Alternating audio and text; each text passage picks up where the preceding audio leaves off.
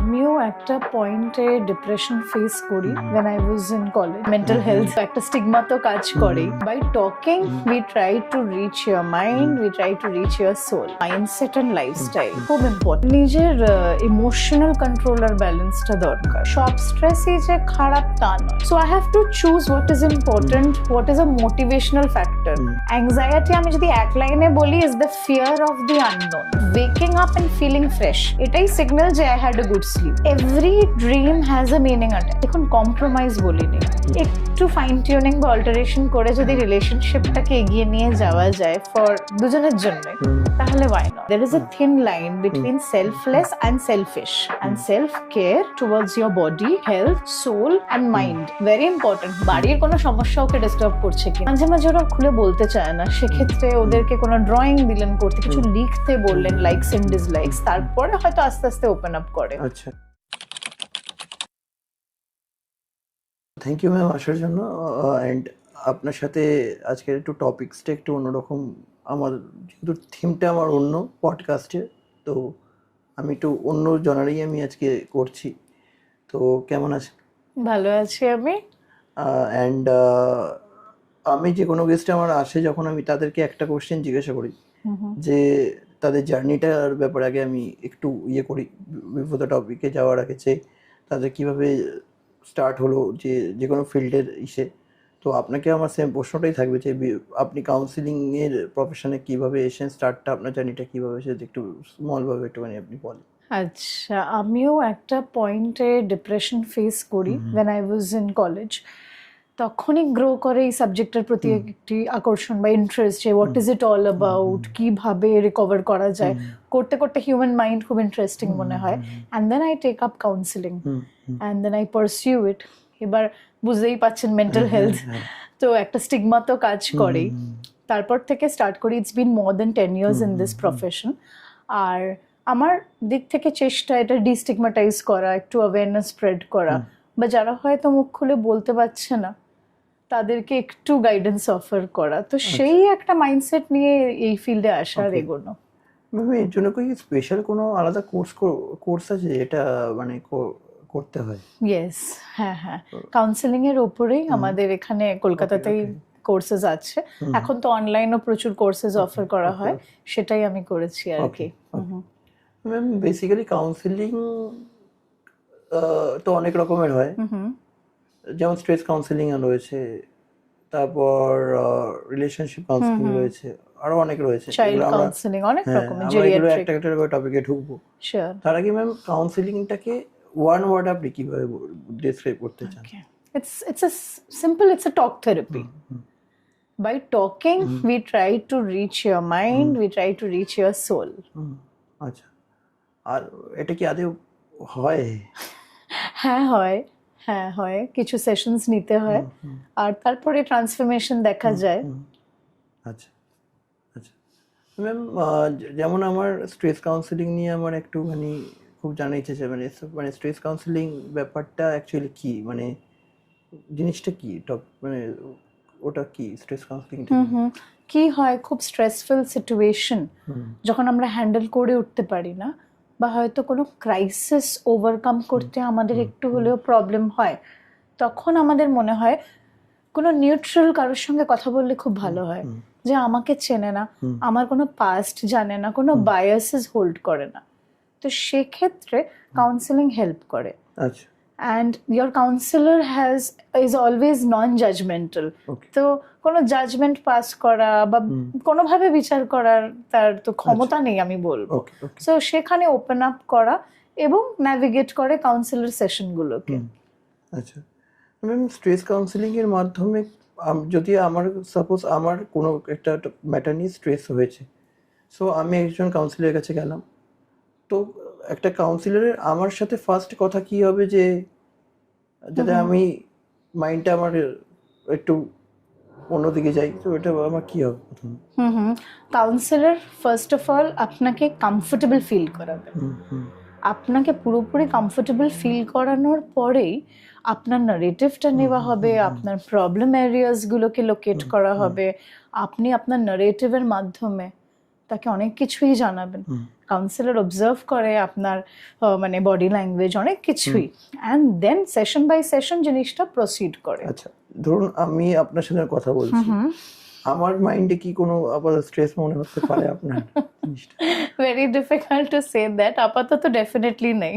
আচ্ছা, আমি বললাম যে যেহেতু আমি ওই জন্য আমার সাথে অডিয়েন্স যদি কানেক্ট করতে চাই, তো অডিয়েন্সকে আমি নিজেকে রেখে আমি ওই জন্য ব্যাপারটাকে জিজ্ঞেস করলাম যে আমাকে দেখে মনে হচ্ছে স্ট্রেসে কিছু মনে তো সুপারফিশিয়ালি সত্যি হয় না, তারপর যখন কোনো ইস্যুস বা এরিয়াস থাকে সেগুলো কথা বলতে বলতে জানা যায়। তো ম্যাম, আপনার একটা কিওরনেস প্রপারলি কিভাবে একটা মানুষ স্ট্রেস ফ্রি কিভাবে থাকতে পারে, যদি কিছু টিপস আপনি দিতে চান? হ্যাঁ, মানে কাউন্সিলিং এ না আসার পরেও তাই বলছেন তো, সেক্ষেত্রে ডেফিনেটলি মাইন্ডসেট অ্যান্ড লাইফস্টাইল খুব ইম্পর্টেন্ট। যেমন ধরুন, আমি যদি প্রচন্ড পেসিমিস্টিক হই, সবসময় নেগেটিভ একটা ফিলিং, হতাশা, ছোট ছোট কথায় ভেঙে পড়া, যেটা খুব কমন আমার মনে হয়, তো সেখান থেকে রিকভারিটা স্লো হয়ে যায়। মানে আপনার কনফিডেন্সই নেই, আপনি পড়তেই চান না বা আপনি ইন্টারভিউতে বসতেই চান না, সেক্ষেত্রে অসুবিধে দেখা যায়, তাই না, পার্সোনাল লাইফে। আর লাইফস্টাইল, আপনার এখন ফোন ইউজেজ থেকে স্লিপ টাইমিং, ডায়েট, কাদের সঙ্গে আপনি মিশছেন, কিভাবে দিন কাটাচ্ছেন ম্যাটার করে। আচ্ছা, মানে আমার সার্কেল যাদের সাথে মিশি সেটাও একটা কি এফেক্ট করছে? ইমপ্যাক্ট, ইয়েস, পড়ে। আচ্ছা, মানে কেমন ভাবে ওটা করতে পারে জিনিসটা, যে যদি আমার চারিপাশে যদি নেগেটিভিটি থাকে, তো আমার মাইন্ডে কি ওটা অটোমেটিকলি কাজ হবে জিনিসটা? যে ডিপেন্ড করে আপনার ওই যে বললাম মাইন্ডসেটটা কেমন, আপনি ইন্ডিভিজুয়ালি অধিকাংশ সময় নেগেটিভ মানে পেসিমিস্টিক কিনা নাকি অপটিমিস্টিক, এটাও একটা কারণ। তাছাড়া আপনি আশেপাশের লোকেদের কথায় কতটা অবজর্ভড হয়ে যাচ্ছেন, কতটা ইনফ্লুয়েন্সড হচ্ছেন। আচ্ছা ম্যাম, যদি আমরা ইনফ্লুয়েন্সটা কম হই, সেটার জন্য আমাদের কি করা উচিত জিনিসটা? কারণ আমরা এখন নেগেটিভিটি হোক কি পজিটিভ, আমরা খুব তাড়াতাড়ি ক্যাচ করি জিনিসটাকে। তো এটার একটা কি সেই মানুষটা কিভাবে নিজেকে কন্ট্রোল করতে পারবে, সেটার মাধ্যমে কিছু কি আপনি বলতে পারবেন? হ্যাঁ, নিজের ইমোশনাল কন্ট্রোল আর ব্যালেন্সটা দরকার। অ্যাজ অ্যান ইন্ডিভিজুয়াল কিভাবে রিয়াক্ট করছি সেটাও তো ইম্পর্টেন্ট। আমি অন্যের কথা শুনে খুব ইজিলি ক্যারিড অ্যাওয়ে হয়ে যাই না, নিজেকে আমি ধরে রাখতে পারি, সেটাও তো আমার একটা সেলফ অ্যানালিসিস দরকার। আচ্ছা ম্যাম, বলছিলাম যেমন ওয়েলনেসের মধ্যে স্ট্রেস, অ্যাংজাইটি তো রয়েছে। ম্যাম, স্ট্রেস বলতে এক্স্যাক্টলি আমরা কি বুঝবো? স্ট্রেস এখন তো সবাই বলে আমার মাথায় এই চাপ আছে, ওই চাপ আছে, বাট স্ট্রেস জিনিসটা অ্যাকচুয়ালি কি? আচ্ছা, স্ট্রেস নর্মাল কলোকিয়াল ভাষায় বলতে গেলে চাপ, তাই তো? সব স্ট্রেসই যে খারাপ তা নয়। হ্যাঁ, এবার ছোট স্ট্রেসকে তো আমরা বড় করে ভাবি। হ্যাঁ, দু রকম স্ট্রেস তো হয়, একটা হয় eustress and distress. Eustress is good stress. আপনি ছুটি কাটাতে যাবেন, প্যাকিং করছেন, আপনি চাপে আছেন, but that's for a good cause, positive হইতে একদম। আপনি বিয়ের বাড়ির জন্য যখন অ্যারেঞ্জমেন্টস করেন, you are under a lot of stress, but that's for a good outcome. তো সেই স্ট্রেসটা তো ভালো। ডিস্ট্রেস হয়ে যায়, খুব নেগেটিভ ইম্প্যাক্ট পড়ে যখন, এবং স্ট্রেসে দেখা যায় জানেন তো যে কর্টিজল লেভেল বেড়ে যায়, যেটা হেলথ এফেক্ট করতে পারে। For example, your sleep is disturbed, আর কর্টিজলটা হলো স্ট্রেস হরমোন। আচ্ছা, কিন্তু আমরা যেটা নেগেটিভ স্ট্রেস হয় ওটা তো অ্যাংজাইটি দিকে ওটা যায় মাঝে সাঝে, আমি ওটাতে আসবো। তার আগে আমি কিছু যেটা চাপের যেটা হয় আর কি, মানুষ চাপটাকে নিজেদের আফটার কাজের পর কিভাবে কন্ট্রোল করা যায়, কারণ আফটার ওয়ার্ক তো সেটার মাইন্ডসেটটা ঘুরতে থাকে জিনিসটা, তো সেটাই কিভাবে কন্ট্রোল করবে একটু যদি আপনি বলেন আমাদের। অবশ্যই, সবাই আপনাকে হয়তো এর আগেও বলেছে, even if the person is not a therapist, যে ঘুম, পর্যাপ্ত পরিমাণে water, this things are important. তাছাড়া আমি অ্যাড করব, আপনার যে কটা টাস্ক আছে দিনে, সেইগুলির মাঝখানে আপনি কতটা গ্যাপস পাচ্ছেন আর কি, মানে একটা টাস্ক শেষ হতে না হতেই আপনি একটাই ঢুকে যাচ্ছেন, and your mind is never free. আচ্ছা, এইটা একটা ব্যাপার।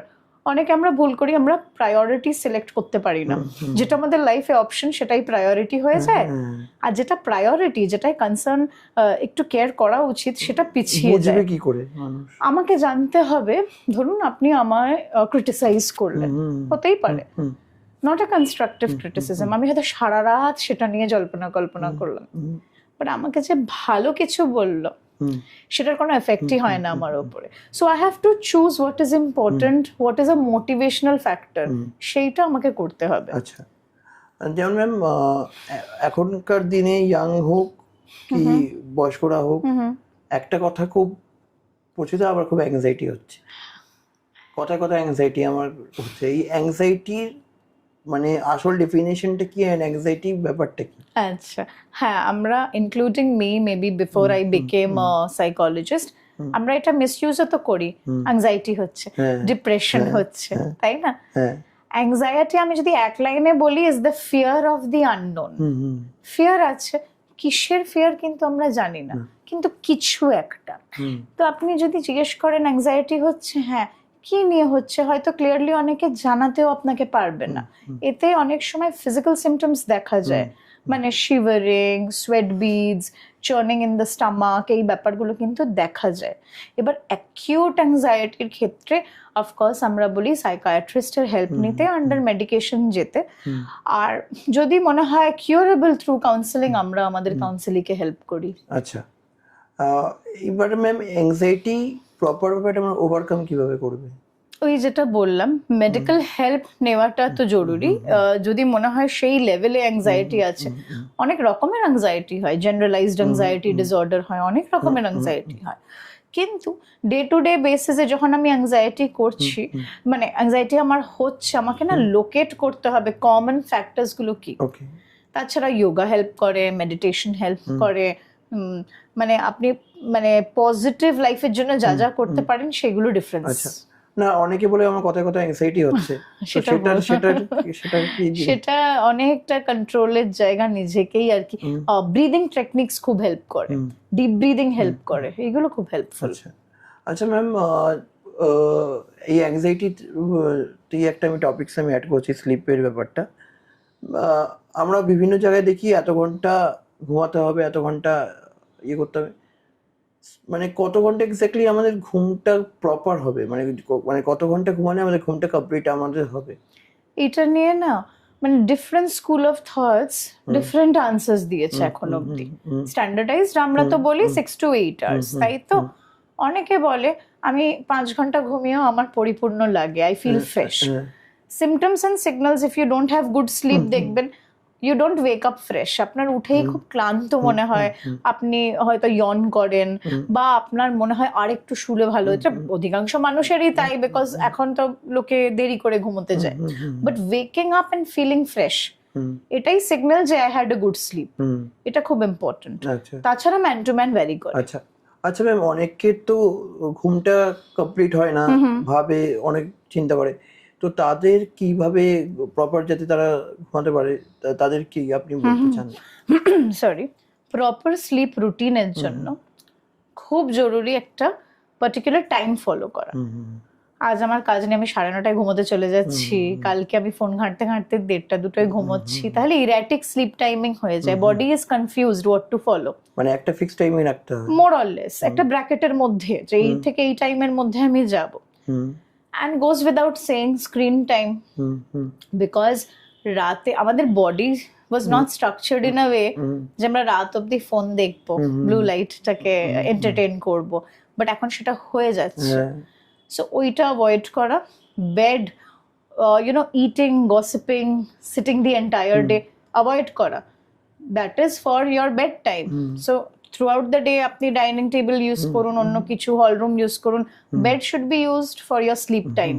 সেটা আর কি, অন্য অ্যাক্টিভিটিস অ্যাভয়েড করা থ্রুআউট দ্য ডে। আচ্ছা, আর প্রপার মানে অনেকে তো বলে না ঘুমের সময় আমার একটু স্বপ্ন দেখা, এন্ড ওইটা অনেক টাইপের যারা দেখে, তারপর সেটা নিয়ে যদি একটা তারা ওটাকে অ্যাভয়েড করতে চায়, তো তাদের কি করা যায়? ড্রিমসে আমরা অনেক সময় অনেক কিছু ডিকোড করি, যেটা আমরা রিয়ালিটিতে হয়তো করে উঠতে পারি না, তাই না? So every dream has a meaning attached. কেউ তো অন্য টাইপের স্বপ্ন দেখে, হ্যাঁ, আর আমরা রোজ স্বপ্ন দেখি। আমরা বলি না যে আমরা রোজ স্বপ্ন দেখি না, তা না, আমরা মনে রাখতে পারি না, বাট আমরা অধিকাংশ সময় স্বপ্ন দেখি ঘুমিয়ে, ডিপ স্লিপের জন্য হয়তো সেটা আমরা ভুলে যাই ঘুম থেকে উঠে।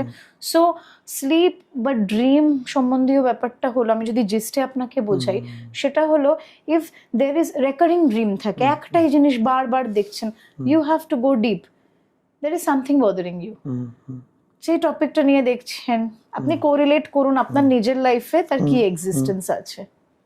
আচ্ছা ম্যাম, এবার আমি একটি ইম্পর্টেন্ট টপিক এখনকার দিনে জেনারেশনদের জন্য রয়েছে, রিলেশনশিপ ব্যাপারটা, যে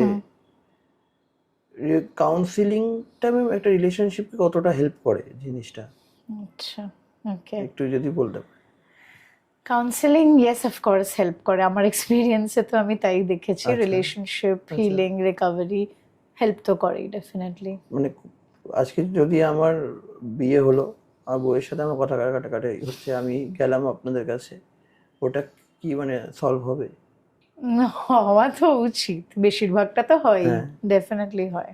আর ম্যাম এখনকার দিনে ব্রেকআপস প্রচুর হচ্ছে, সেখান থেকে আপনার লোকেরা ডিপ্রেশন যাচ্ছে, তো এটা নিয়ে আপনি কি বলতে চান, যেটা কাউন্সিলিং এর মাধ্যমে বা এই উপরে আপনি কোনো যদি কিছু বলতে চান? রাইট, আমরা যতটা পারি অ্যাজ কাউন্সিলার্স নিজের দিক থেকে চেষ্টা করি রিলেশনশিপটা টিকে যাক, সবকিছু ভালো মতন চলুক। See there is nothing, I don't think খুব পিকচার পারফেক্ট একটা কিছু কালমিনেশন হয়, বাট যতটা হতে পারে উভয় পক্ষে প্রযোজ্য।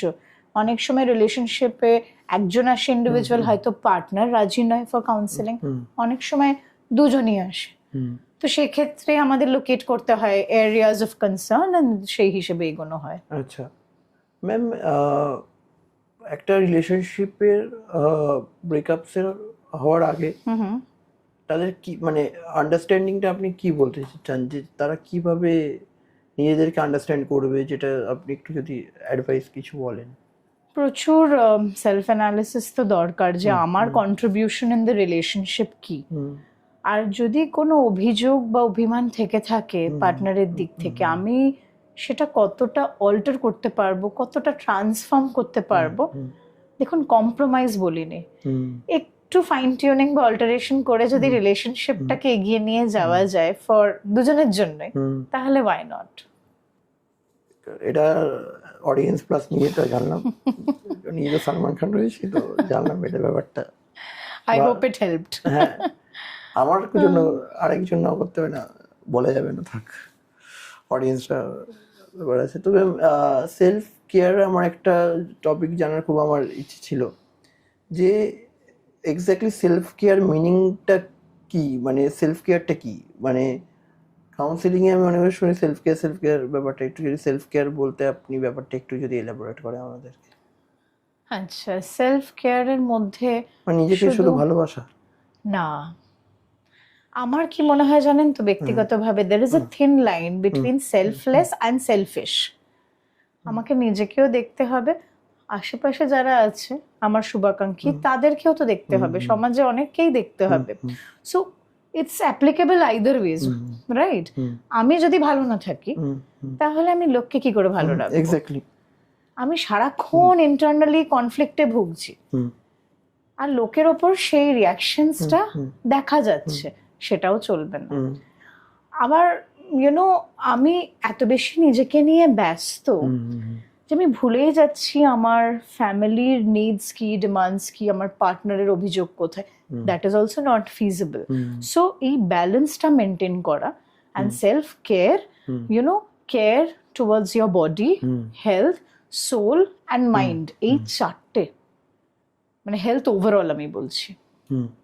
আচ্ছা ম্যাম, মাইন্ডটার জন্য প্রপার সেলফ কেয়ার কি একটু বলতে পারবেন আমাদের? Definitely a very strong and healthy morning routine helps. And আমার মনে হয় কি করা যেতে পারে মর্নিং এ উঠেই negative exposure two negative content একদমই না ইন এনি ওয়ে। ওকে। আবার প্রি স্লিপ, যেটা আপনি একটু আগেও বলছিলেন, pre sleep routine also has to be very strong. এই কোনো ভায়োলেন্স ফিডে দেখে নিলাম বা কোনো একটা ঝগড়া করে শুতে গেলাম বা উঠেই করলাম, আমি জানি সেটা আমাদের হাতে থাকে না, বাট যতটা সম্ভব অ্যাভয়েড করা। বিকজ মর্নিং আমাদের ব্রেন থিটা ওয়েভস খুব অ্যাক্টিভেটেড থাকে, টু টেল ইউ। আপনি ওকে যা দেবেন অবজর্ভ করে নেবে। কথায় আছে না, সকাল সকাল উঠে ঝগড়া করছো কেন, কার মুখ দেখে উঠলাম। So morning is very important. Okay okay. So that routine has to be very healthy, এটা মাথায় রাখতে হবে। তাছাড়া থ্রু আউট দ্য ডে তো একটু এনার্জাইজ থাকা, গ্যাপস নেওয়া, এগুলো দরকার।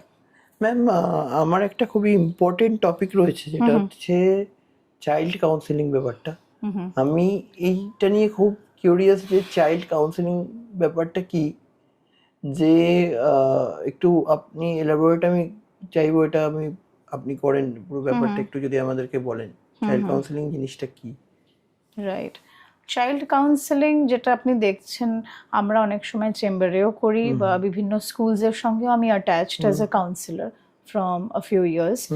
তো সেক্ষেত্রে বাচ্চারা আসে আমাদের কাছে, তাদেরও অনেক রকম প্রবলেম এরিয়াস থাকে, অনেক কিছু খুলে বলার থাকে, সেইগুলোই কভার করা হয়। মানে যেমন লাইক আপনি যদি কিছু এক্সাম্পলস বলতে চান, যে আপনি যদি কোনো কেস নিয়ে বলতে চান এটা বলতে পারেন। যে অনেক রকম, আমি যদি টপিকস বলি, বিহেভিয়ারাল মডিফিকেশন থাকতে পারে, তাই না, একাডেমিক্স, কন্ডাক্ট ডিসঅর্ডার, অনেক সময় বিহেভিয়ারাল বলতে ধরুন একটাই বাচ্চা এমনি একাডেমিক্যালি হয়তো ভালো, ক্লাসকে প্রচন্ড ডিস্টার্ব করছে, এটা তো নর্মাল, আমরা দেখে এসেছি ছোট থেকে নিজেরাও, সেটা ক্লাসকে আমিও ডিস্টার্ব করেছি সেটা তো।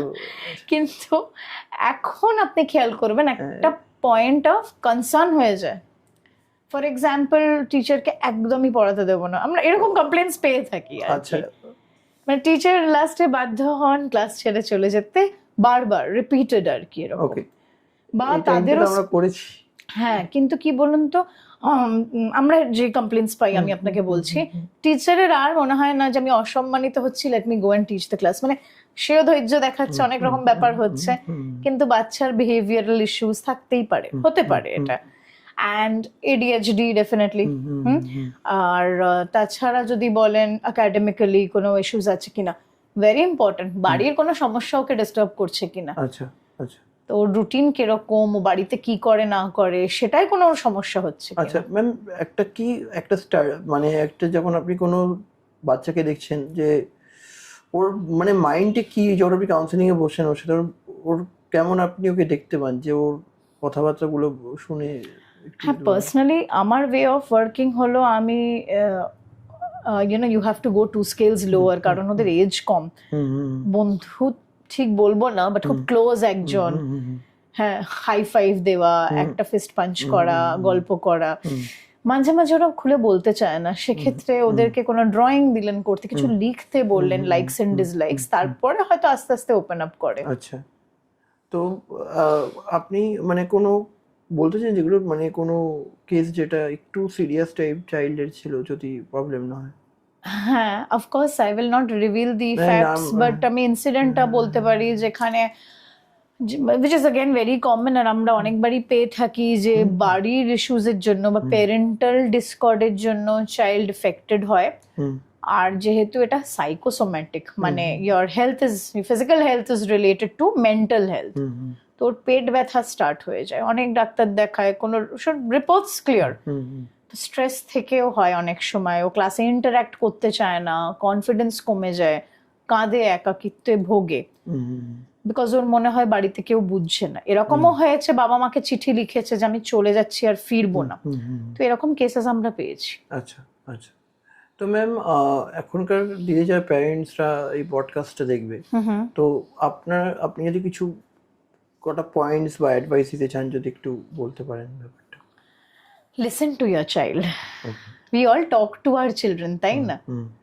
You have to listen more, observe more, body language, কি বলতে চাইছে, খুব স্বাভাবিক, আমরা সবাই ব্যস্ত। দিনের শেষে যখন বাচ্চা এসে নিজের স্কুলের এক্সপিরিয়েন্স বলছে, অনেকে শুনি ধৈর্য ধরে, আবার অনেকে ধৈর্য হারিয়ে ফেলি, which I take to be normal. কিন্তু বলবো, চেষ্টা করবেন একটু ওর সাথে বসে জানার, যদিও জানাতে ইচ্ছুক হয়, ওর দিন কেমন ভাবে কেটেছে, কি কি করেছে, ওর বন্ধুরা কেমন, যদি বলতে ইচ্ছুক হয়। তাছাড়া যেটা স্কুলসেও আমি বলি, টিচার্সদেরও বা প্যারেন্টসদেরও আমি বলে থাকি, পজিটিভ রিইনফোর্সমেন্ট। ও যখন ভালো কিছু করছে, ওকে বাহবাটা দেওয়া, এতটা না যে ওভার কনফিডেন্ট হয়ে যাক, বাট অ্যাটলিস্ট ওটা অ্যাকনলেজ করা, সেটা একটা পেন্টিংও হতে পারে। তো ওকে বলা, বা ও হয়তো ঘর গুছিয়েছে, মেবি ওকে বলা যে this is a good job. Okay okay, and ma'am আমি আপনার প্রোফাইল দেখছিলাম, আপনি কিছু গভর্নমেন্ট অফিসিয়ালসের সাথে করেছেন। যুক্ত আমি, হ্যাঁ। হ্যাঁ। তো ম্যাম ওখানে আপনার ওয়ার্ক প্রসিডিওরটা কি রয়েছে, অ্যান্ড ওখানে স্পেশালি কি টাইপের করা হয়?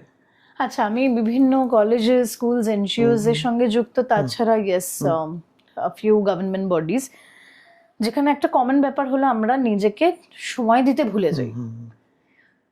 সো হয় না, আমরা ফ্যামিলি নিডস কেটার করছি বা অফিসের জন্য অনেক কিছু করি, কিন্তু নিজের ভালো লাগার জায়গাটা ভুলে যাই। তো সেক্ষেত্রেও অনেক ডেপ্রিভেশন, সেলফ ডেপ্রিভেশন আসে। তো কাউন্সেলিং এর মাধ্যমে সেটা আমি মনে করিয়ে দিই তাদের, একটা রিমাইন্ডার দেওয়া বা সেইভাবে থেরাপি সেট করা। আচ্ছা, ওখানে কোনো যদি চ্যালেঞ্জেস বা কোনো কিছু কেস আপনি যদি বলতে চান, মানে নাম বা আমি বলতে চাইছেন, যদি এক্সাম্পল টাইপ আপনি যদি কিছু দিতে চান। না, সেরকম কিছু তো আমি ম্যাসিভ বা গ্রেভ দেখিনি, বাট ওভারঅল আমাদের শহরে যা হচ্ছে, যেগুলো আমি শুনি আর কি, মানে রেট অফ সুইসাইডটা যখন বাড়ে, বা হয়তো একটা কিছু হলো, বাঁচার ইচ্ছে নেই, কোনো একটা রিজেকশনের পরে আপনি দেখতে পারেন, তো সেখান থেকে তখন যখন আমরা কেসটা পাই, we try our 100% to save that life আমাদের তরফ থেকে। ওকে ম্যাম, বলছিলাম যে এই সুইসাইড আপনি মেনশন করলেন, এটা নিয়ে আমার অনেক একটুখানি প্রশ্ন রয়েছে, কারণ এখনকার সুইসাইড রেটটা অনেক বেড়ে গেছে পাস্ট ফিউ ইয়ার্স ধরে, কোনো কারণ হোক, যে কোনো কারণে সুইসাইডটা বেড়ে গেছে। সো ম্যাম, যখন একটা পার্সন সুইসাইড করে, তার মাইন্ডে কি চলে, অ্যান্ড আমরা কিভাবে বুঝতে পারবো তাকে যে ও সুইসাইডের দিকে যেতে পারে? Very difficult. এমনও লোক সুইসাইড হয়তো করেছে যে ভাত খেয়েছে, বাড়ির লোকের সঙ্গে কথা বলেছে, তারপর প্রাণটা দিয়ে দিয়েছে। আমরা যা যা বলি না তার মাইন্ডে চলে, সবকিছুই on the basis of assumption বলি, বিকজ যারা চলে গেছে তাদের তো শিওর শর্ট আনসার্স আমাদের কাছে নেই, except the suicide note mainly, তাছাড়া তো কোনো ডকুমেন্ট নেই বা video, but you exactly don't know মাইন্ডে কি চলছিল। বাট হ্যাঁ, একটা কমন ব্যাপার থাকে, তখন তার মনে হয় death is the only route to escape. মানে লাইফ এতটাই বেশি ট্রমাটিক, ট্র্যাজিক যে ডেথ আমাকে কিন্তু মুক্তি দেবে, মানে ওই একটাই আমাদের জন্য সেটা একটা ছিছি ব্যাপার, তার জন্য সেটা পিস। আমরা বুঝবো কি করে জন্য আমাদের আশেপাশে যদি কারোর মাইন্ডে চলতে থাকে? হ্যাঁ, বোঝা তো খুব বেশি প্রবলেম্যাটিক, ভেরি অনেস্টলি। বাট যদি আপনার মনে হয় কিছুদিন ধরে আমার কোনো বন্ধু বা কেউ একটু ডিপ্রেসড মনে হচ্ছে, বা he is not active enough, try to talk, simple. Okay, আমি জানি না কতটা হিল করবে তাকে, বাট আপনি একটু সময় দিয়ে না তারটা শোনার চেষ্টা করুন, কেমন চলছে সবকিছু। আর ডেফিনেটলি আমরা করি আমাদের দিক থেকেও প্রিভেন্টিভ, মানে অ্যাওয়ারনেস প্রোগ্রামস যতটুকু আমরা করি, we try our best. Okay okay ma'am, এখনকার দিনে তো আমরা কমিউনিকেশনটা খুব কম হয়ে যায়, সেটা প্যারেন্টসের ক্ষেত্রে, রিলেশনশিপের ক্ষেত্রে হোক, বা যে কোনো ওয়ার্ক প্রফেশনের ক্ষেত্রে, এই কমিউনিকেশন গ্যাপটা কিভাবে কমানো যায় একটু যদি বলেন। আচ্ছা, মানে মিসকমিউনিকেশন বেশি হয়, তাই তো?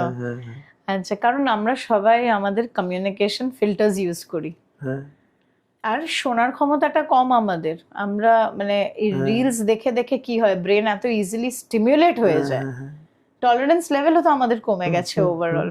সো খুব ভালো শ্রোতা যে আপনি পাবেন ওভারঅল আমার সন্দেহ আছে। So to be a good communicator, আপনার listening skills and talking skills দুটোই ভালো হতে হবে, কোনো একটা পারফেক্ট হলে চলবে না। আর তাছাড়া মিসকমিউনিকেশন অ্যাভয়েড করার জন্য ফ্যামিলি সেটআপে একটা ওপেন ডিসকাশন খুব দরকার, between the siblings, between the parents, or the entire family together. অ্যাজাম্পশনের বেসিসে না ভাবা যে ও আমাকে তো আর অমুক দেখতে পারে না বা সহ্য করতে পারে না, কনক্লুশনে না পৌঁছানো, আগে সেটা নিয়ে কথা বলা খোলাখুলি, তারপরে এগোনো। আচ্ছা আচ্ছা ম্যাম, আমার কাছে আরেকটা যেটা প্রশ্ন রয়েছে, যে আমরা যে ইন্টারনেটে ইনস্টাগ্রামে রিলস আসে, ফেসবুকে রিলস আসে, কিছু মানে এমন টাইপ রিলস আছে যেগুলো আমরা দেখলে আমাদের মাইন্ডটা একটু অফ হয়ে যায়, হয়ে যায়। তো ইন্টারনেটটা কি একটা মানুষের মাইন্ডকে এখন চেঞ্জ করছে? মানুষ সেই সুযোগটা ইন্টারনেটকে দিচ্ছে বলে।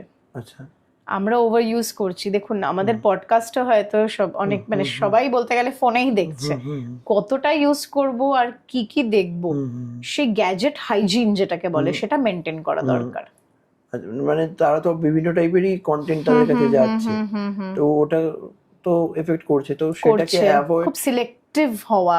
একটা না ডিসঅর্ডার রিসেন্টলি দেখা গেছে, আপনাকে বলি, স্ক্রিন ডিপেন্ডেন্সি ডিসঅর্ডার। মানে আমার ফোন আসছে না, তাও আমি মনে হচ্ছে তাও আমি হাত দিচ্ছি ফোনে, একটা রিংজাইটি হয়, মনে হচ্ছে কল এসছে, হ্যাঁ আর বারবার আমার হাত চলে যাচ্ছে ফোনে। এটা হয় আমার কিন্তু, তাই না? হ্যাঁ মনে হচ্ছে আমার মেসেজ আসছে, আচ্ছা দেখি না, একটু নোটিফিকেশনটা দেখি, আমাদের প্রায় সবারই তাই। হ্যাঁ তো ওইটা একটু রেগুলেট করা, টাইমিং, স্ক্রিন ইউজেজ, বা এটা চলুক, অল্টারনেটিভ কোনো অ্যাক্টিভিটি নেই বা কোনো প্যাশন পারসিউ করা, আচ্ছা এটা হেল্প করে। ওকে ম্যাম, এইবার হচ্ছে আপনার একটু কিছু কেস ঢুকছি, যদি আপনি কিছু চান যে কিছু কিছু টপিকসে যদি আপনি কেসগুলো বলেন, যাতে আমার অডিয়েন্সরা সেই সব ভুলগুলো পড়ে যাতে না হয়, একটু যদি আপনি ছোট আচ্ছা যেমন বলুন।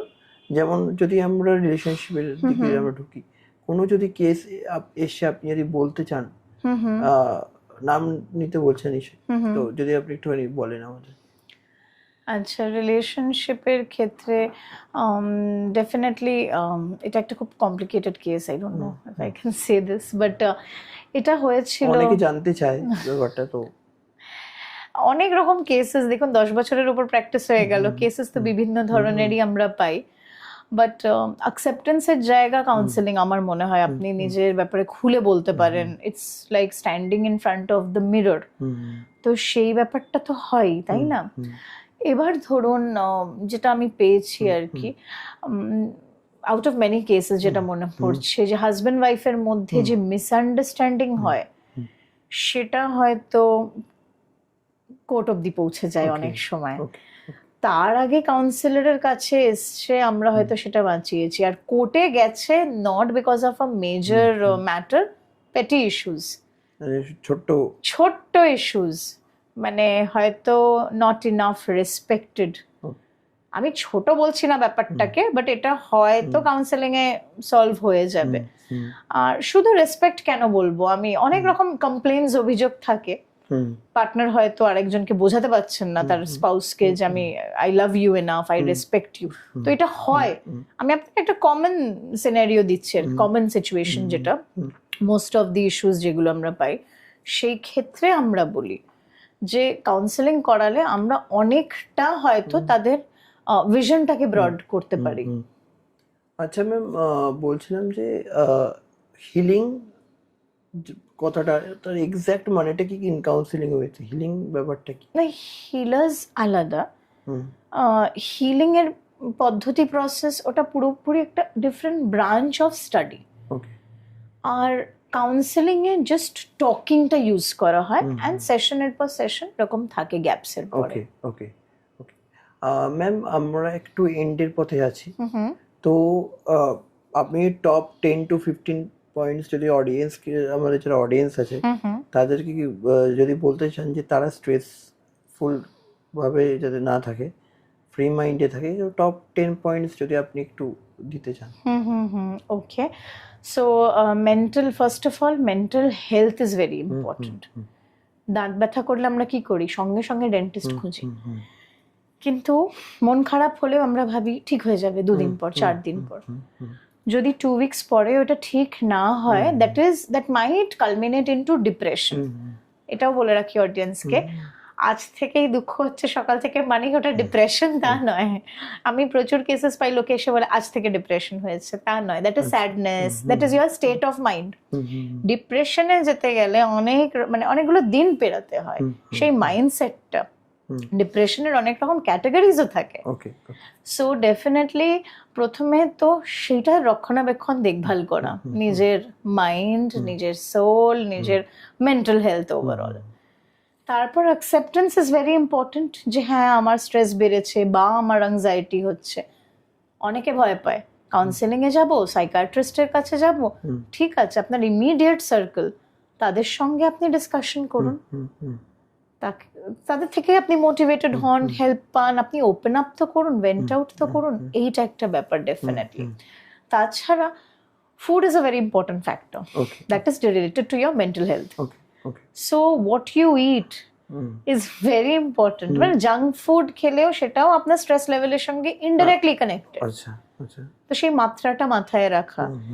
and the mindset with which you cook, জানেন তো এটা খুব ইম্পর্টেন্ট। হ্যাঁ, কোন মাইন্ড নিয়ে রান্না করছি সেটা একটা। একদম, কোন মাইন্ড নিয়ে খাচ্ছি, খুব Negative- মাইন্ডফুলি খেতে হয়। হ্যাঁ, মানে নেগেটিভ মাইন্ড চলতে থাকলে খাওয়াটাও একদম ইয়ে হয় না। তাড়াহুড়ো দাঁড়িয়ে দাঁড়িয়ে কোনো রকমে আমি খেলাম, ইভেন ওয়াটার তাড়াহুড়ো করে খেয়ে বেরিয়ে পড়লাম। আই নো আমরা সবাই বিজি, বাট একটু যদি মিল টাইম গুলোকে আমরা সেগ্রিগেট করতে পারি। আচ্ছা ম্যাম, মিনিমাম কতক্ষণ মিল টাইম আমাদেরকে গ্যাপ দিয়ে দিয়ে করা উচিত?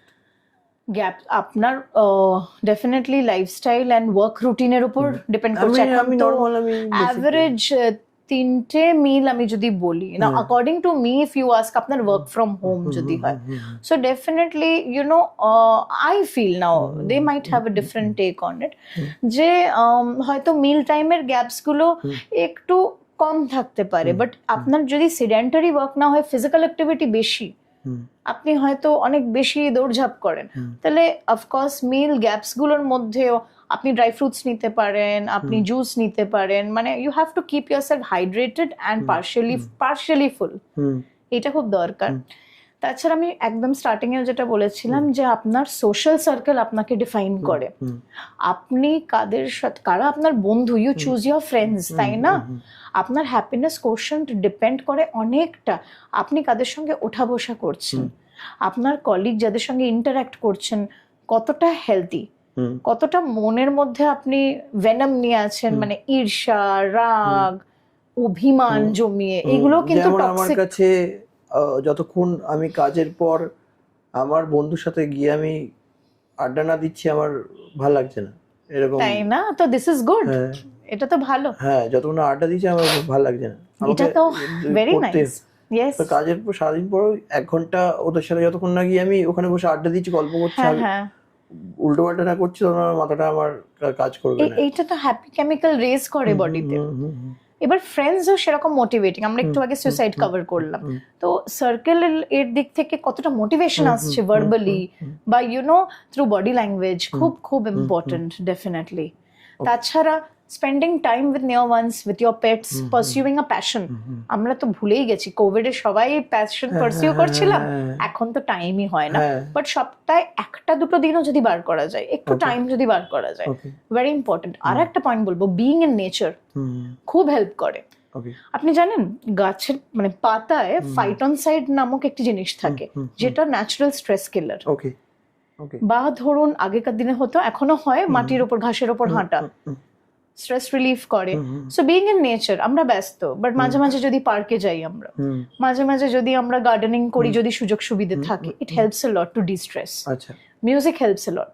ওকে, আপনি কি মেডিসিন আর নেচারের মধ্যে কোনটাকে আপনি বলবেন অডিয়েন্সকে? ফার্স্ট স্টেপ অফকোর্স নেচার, যেভাবে আমাদের আগে জেনারেশন গুলো হিল করতো নিজেকে, তাছাড়া মেডিকেল হেল্প তো এনি ডে ওয়ার্কস।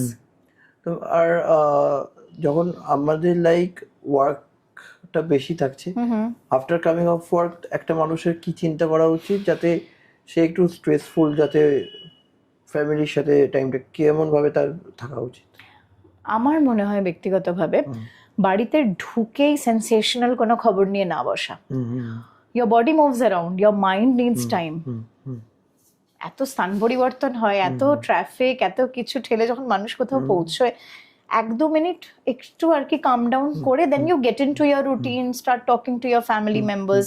আমি জানি রোজ হয়ে ওঠে না, বাট যতটা পারা যায়, যখন ফ্যামিলিকে টাইম দেওয়া হয়, যদি সম্ভব হয় ফোনটাকে একটু অ্যাভয়েড করা ওই টাইমটার জন্য। তারপর আবার আপনি আপনার মেলস চেক করুন, কল অ্যাটেন্ড করুন, বাট কোয়ালিটি টক যখন হচ্ছে তখন স্ক্রোলিং, তখন আর কি অন্য কিছু ফোনে খোঁজা কমিউনিকেশন ডিসরাপ্ট করে। ম্যাম, আজকে আপনার সাথে কথা বলে ভালো লাগলো, এন্ড অলমোস্ট আমাদের এন্ড টাইমে আমরা এসে গেছি। অ্যান্ড আমি চাইছিলাম এইরকম একটা পডকাস্ট বসে কভার করার, কারণ আমি যেহেতু জনারটা আমার অন্য, বাট আজকে আমি এটা কভার করলাম, করে নিজে অনেক কিছু জানলাম, প্লাস অডিয়েন্সকে অনেক কিছু জানতে পারলাম। যখন রিলিজ হবে তারা অনেক কিছু জানতে পারবে আশা করি। হ্যাঁ, অ্যান্ড আমরা কোনো একটা পডকাস্টে আবার আপনাকে আনবো অবশ্যই, নতুন কোনো টপিকে। তো আজকের জন্য আমরা এখানেই এন্ড করছি, এন্ড থ্যাংক ইউ আপনাকে আসার জন্য। আমারও খুব খুব ভালো লেগেছে, and I am very happy এরকম একটা টপিক নিয়ে আপনারা কভার করছেন, which is very important because mental health প্রতিটি ফিল্ডে, প্রতিটি ক্ষেত্রে দরকার। এক্স্যাক্টলি। তো থ্যাংক ইউ ম্যাম আসার জন্য, টাইম বের করে। অ্যান্ড কোনো একটা পডকাস্টে আবার আপনাকে আমন্ত্রণ জানাই। অবশ্যই, thank Thank you you. So much, Thank you. Thank you.